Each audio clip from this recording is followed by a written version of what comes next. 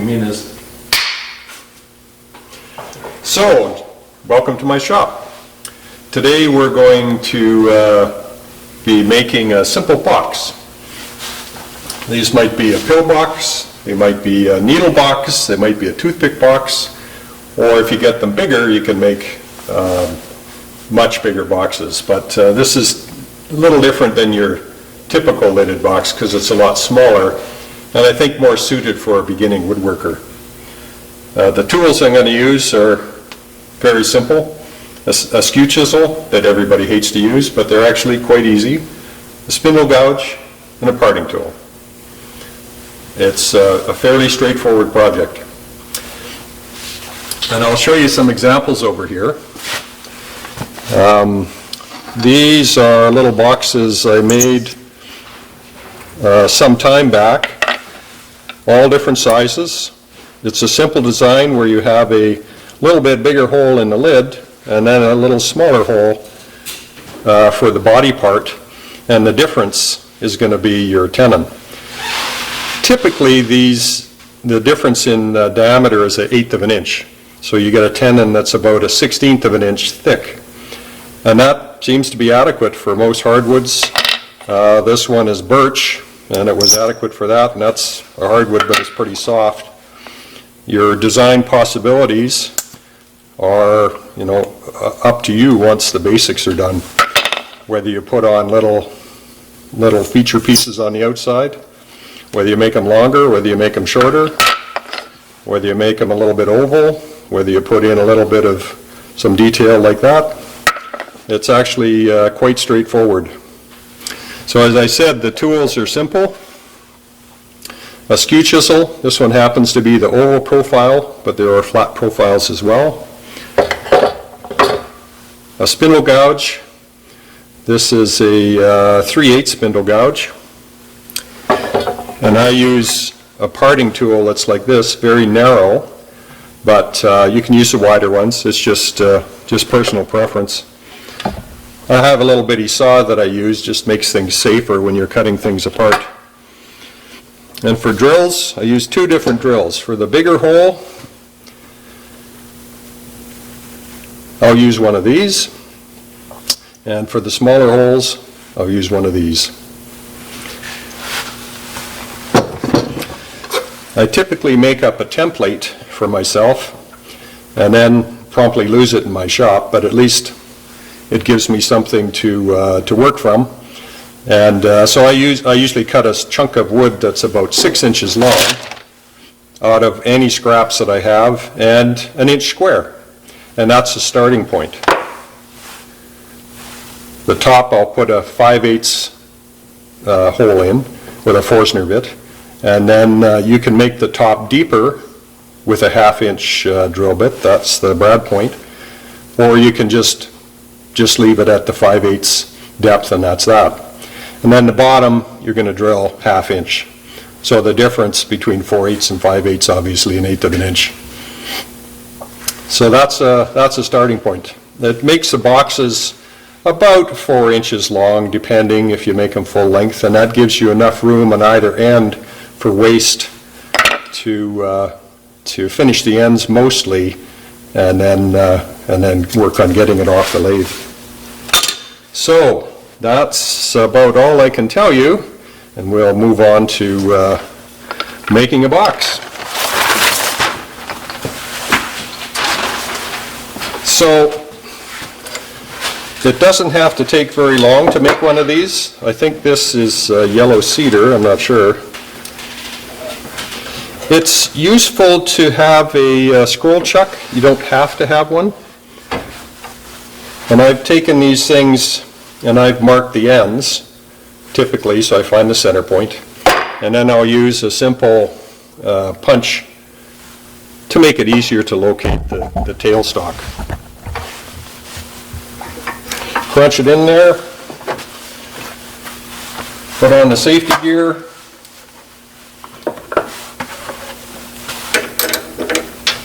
tighten up my headstock,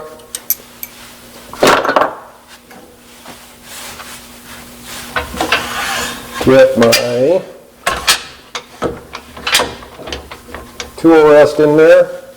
Spin that, make sure there's no problem with that.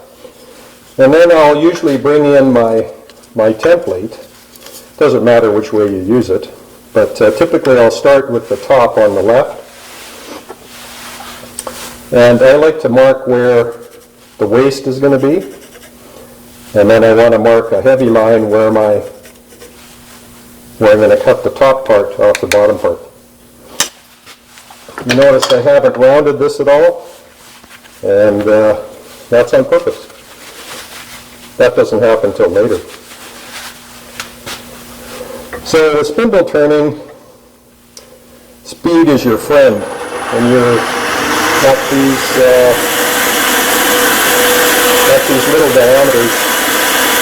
So using this parting tool, I just want to go in, and I don't go straight in, I'll go in part way, and then I'll overlap it maybe the width or half the width of the parting tool. And I want to get that down to maybe a quarter of an inch, not too much. Turn off the lathe, and now the top is parted from the bottom, enough.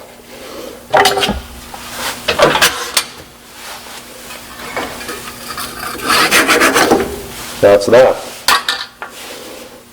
At this stage now, I want to just square off the end of this and put a little bit of a dimple. I always take out my live center because turner's elbow happens when you don't expect it.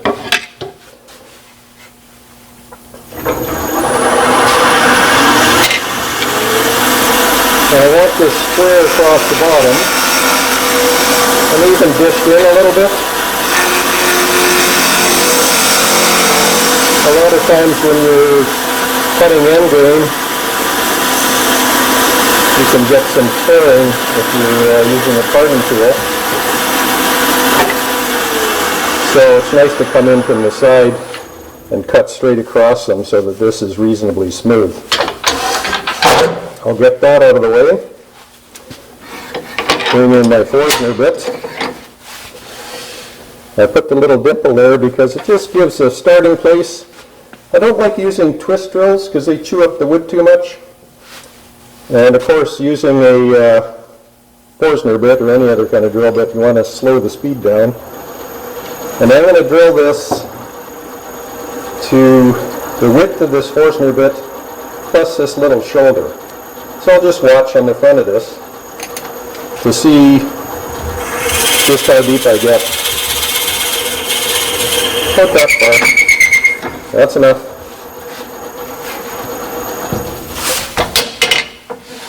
Bring that back, eject that, and right now my top is done for now. Take it out, put in the bottom,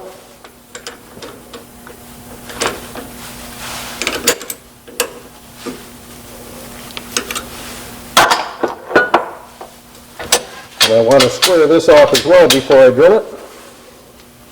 So turn my speed up. Put out the spindle guard. Line it up.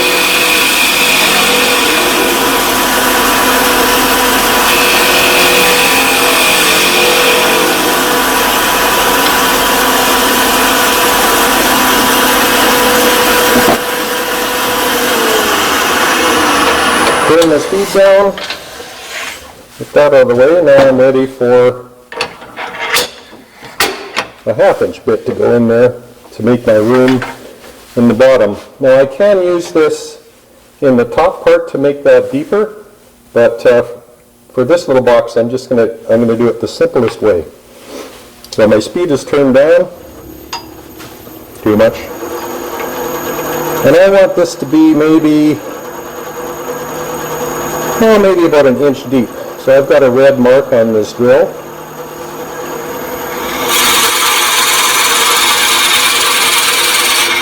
Some people like to push their drill bit in there. I'm quite happy using tail stock. Puts it in straight. I don't have to worry about it. So I've got a 1/2 inch hole on the bottom and a 5/8 inch hole on the top. and I got to get these to fit together. So the easiest way is with a skew again. Skews are great at removing material in a hurry, and I know that the width I want is from this shoulder to the end here, but maybe a little less to allow room. So I got a nice big thick line here.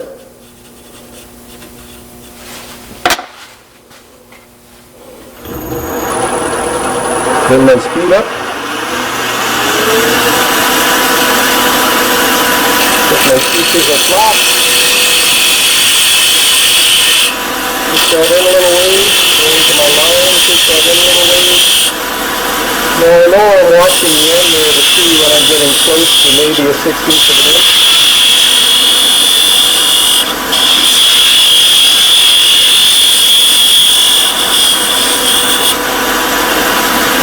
I'm pretty sure that's still too big. So I can try to fit that in. Not going to fit, so that's fine. That's part of the fun. If I put a little bit of chamfer on there, and try that. Still too big, except for maybe a little bit at the end of the chamfer. But I know I can take off some more of that.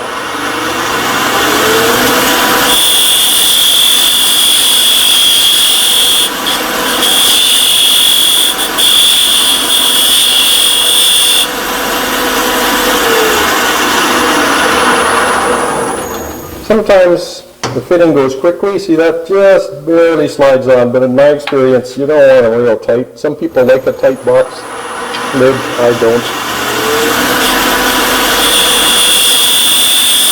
I'm just going to take off virtually dust on that. A lot of people will use sandpaper at this stage, and that's fine. That'll go on still a little bit snug. I'll take a little bit of under-grip sandpaper.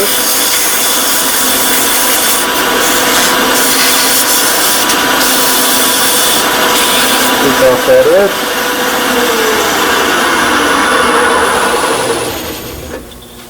And that goes on a lot easier. I prefer that. But it's still tight enough that it can squeak. So now that these two fit together, I can make the box. Actually, the hard part of making this is done. Now you just do the outside part. That's the fun part. So that comes off. Sandpaper out of the way. Truck spins off.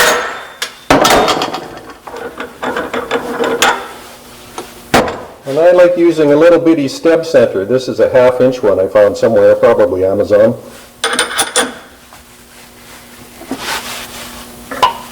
Put in that tail center. Try to not hit the camera.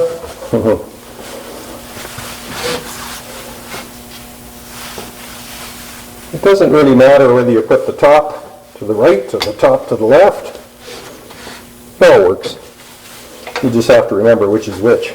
So I know that I drilled in on the top about that far with the Forstner bit. So I like to have a little margin, maybe that much, maybe 1/2 inch. And then the bottom, I drilled in 1 inch, but that's with the tenon, so that would be where the bottom of the hole is. So I want another 1/2 inch maybe past that. These fat pencils leave a nice thick line.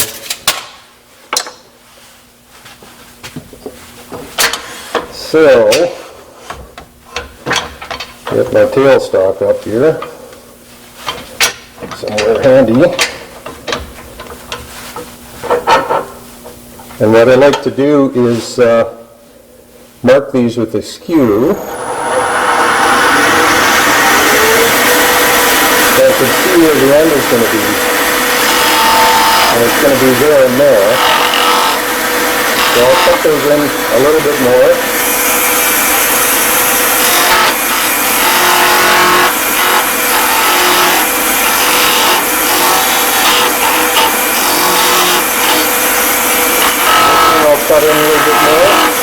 Now I have lots of room on the end of that box because I gave it half an inch. And now it's just a question of making this smooth. And it's great practice to use the fusible. And you cut more on the bottom third to half of the blade. Move it along slowly. It is really important to have that grounded on the heel rest when you're doing this. Working to the outside, if you start at the outside and come in, you're gonna be in trouble. I like to switch hands to go the other direction. Not something a lot of people like to do because they're, I'm right-handed or I'm left-handed. It's helpful to be able to go both ways.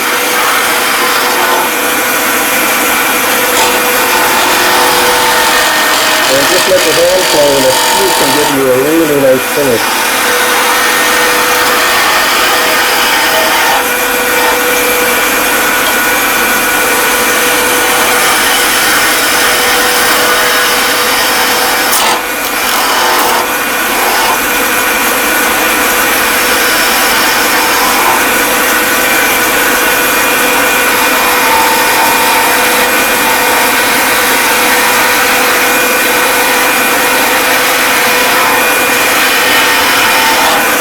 I can still see the marks where the end of my box is going to be, there and there. And where the joint is virtually disappeared.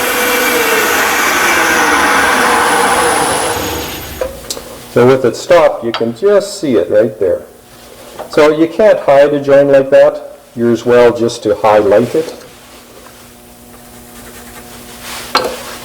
so that everybody can see it rather than trying to hide it.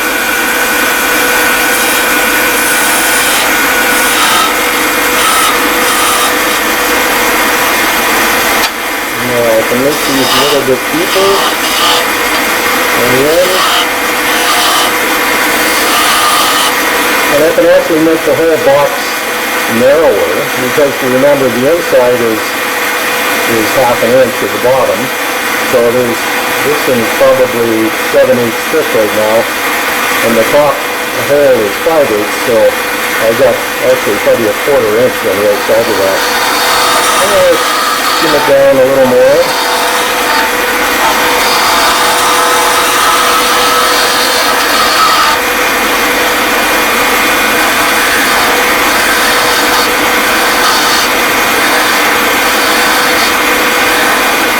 Working left-handed always feels a little odd, but sure saves a whole lot of dancing around.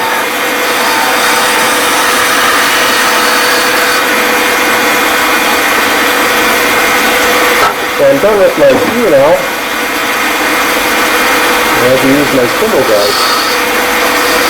Round the ends a little bit. This has to be solid on the tool rest or you're going to have a problem. Some loose, lots of wood in here if you don't need it.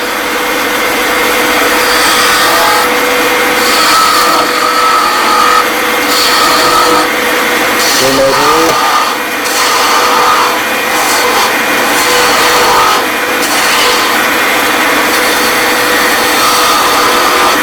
I know where my end is supposed to be there.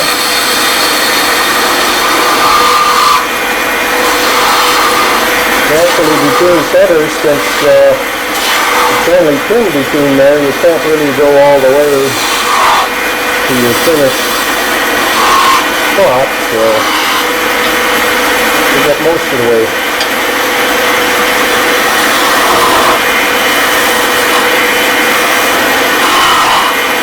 I try to eyeball it so that the bottom looks more or less like the top.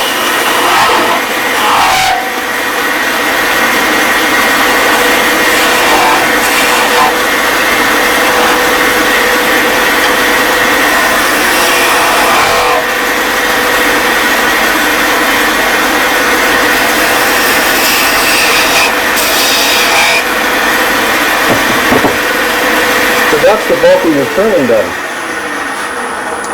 So now it's a question of whether I put in some lines on here and a little bit of sanding.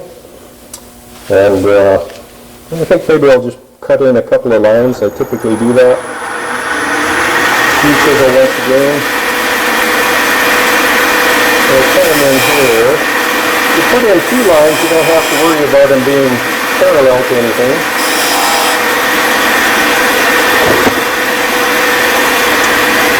So now I can slow that down. Just touch it with a bit of sandpaper. A little bit on the end.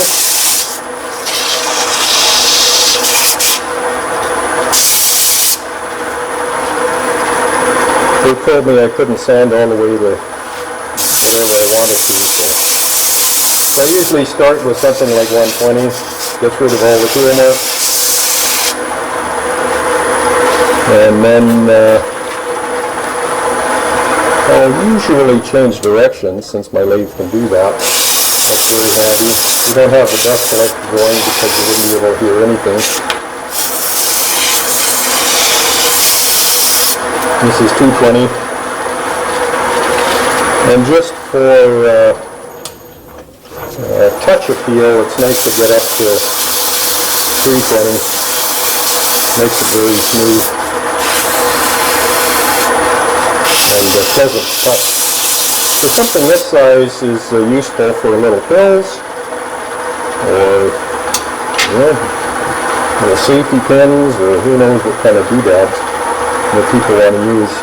So I'll, at this stage, usually try to get down, and I'll try to cut it actually away from the end. If you try to cut it right at the end, usually you get some tear out. As the fibers twist out at the very end of the wood, and that is really frustrating. And because it's so little, it really is no big deal. I can take that off, and I usually take this over to the belt sander. And there's a little box, and it didn't take too long. So, that's what I got to say about that. The examples I showed you before are just different sizes. There's a little bit of where I missed with my skew chisel right there, but it doesn't matter. This is just a demo. I could have made this thinner. You can see that it's still a little thick on the wall here. Well, that's all right for a demo piece. So I'll take this to the belt sander and take these off. And then some people will go to work with their skew chisels and take those off like that, or a knife. That's fine. I like a belt sander, it's quick. And that's about all I want to say about that. So these can be, this happens to be 1-inch stock. I've gone from 1.5-inch stock. Depends how big your Forstner bits are. I've made some with internal diameter of 1 inch. So then you need a 1-inch Forstner bit and say 1 1/8 inches for the top. And if you're going to make a needle case, then you could part it in the middle and make the top and the bottom about the same length. And that way you only have to go in 3 inches or 3.5 inches on each one. And if you choose an attractive wood, I made some out of all kinds of different exotic hardwoods. Purple heart is nice. And that makes a very appealing project after that. So I think to sum it all up, this is a simple project. You only need 3 tools and some drill bits. You don't need much material, a little chunk of wood, and it's quick. This whole thing didn't take very long to turn at all. And if you're not in a hurry, like I am today, then you can take your time and make a very attractive design on it or whatever. Sometimes I'll finish these on the lathe, but a lot of times, since I like wipe-on poly, I'll do it off the lathe because that's quick enough for me. I don't tend to finish the insides. If this is tight at all on the end with this little tenon, when you're done your work, just the tiniest dab of oil, like Danish oil or something, and it makes a huge difference. But this one is, tight enough. I'm not interested in the pop, but it's tight that whatever's in there is not going to come out. And there's enough volume there that you could put in your Tylenol capsule or whatever. It's not big enough for antacids, but it'll do. So, thanks for making it all the way through the presentation, and thanks to Bert and Ted for setting it all up. Have a great day.